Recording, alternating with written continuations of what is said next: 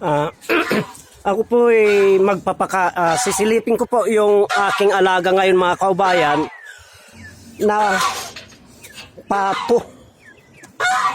Kasi po ikinulong ko po siya dahil hindi po nangingitlog gawa nito. Hindi maasawa nung isa. Ayun po sila mga kaubayan. Oh. Nakakulong na po.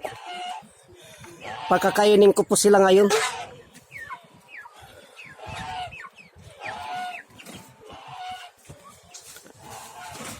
At baka sakaling mangitlog po siya,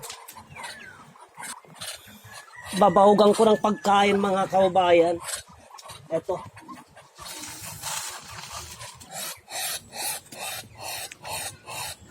Pagkatapos, lalagyan ko ng tubig itong inuminan nila.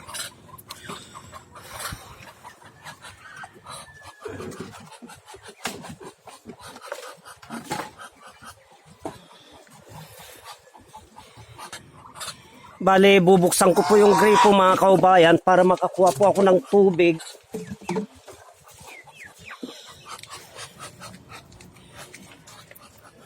Para makakuha ko ng tubig. Kasi walang tubig yung inuminan niya eh. At ito naman gansa ko, paano yung sunod niya.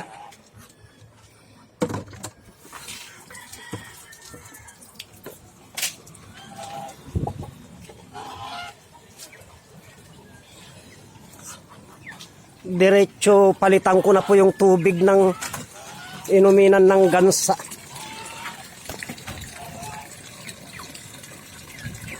Bali yan pang tubig niya mga kaubayan.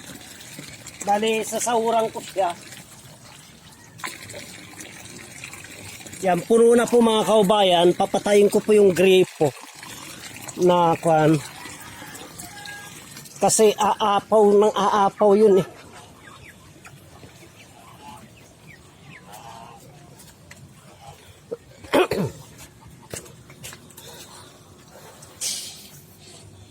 Bali ganito ang gawain ko araw-araw mga kaubayan. Basta't pagkagising ko po. Basta't pagkagising ko ng umaga mga kaubayan, ay ganyan na pong gawain ko. Una kong asikasuhin tong aking mga alaga.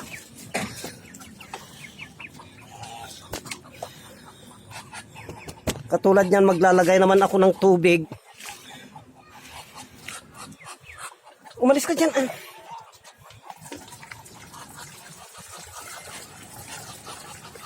Ayan po, ibinubuhos ko lamang po na ganyan ang tubig nila mga kaubayan.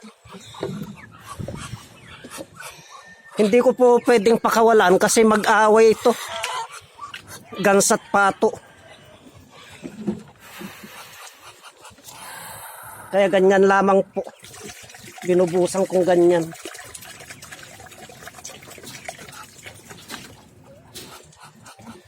Saka ko na lamang po pakakawalan yan. Pag nangitlog na po. At ito na ang pato. Lagyan ko din ng pagkain niya dito. Kasi buntot ng buntot sa akin eh. O, kumain ka na. Kahit saan po ako pumunta, nakabuntot lagi. O, kumain ka na.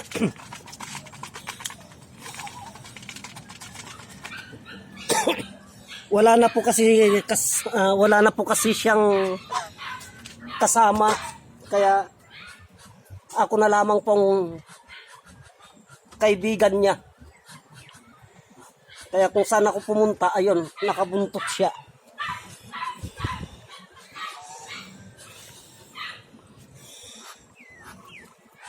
Yan po, siguro mga ilang araw lamang po siguro mangingitlog na po yan mga kaubayan.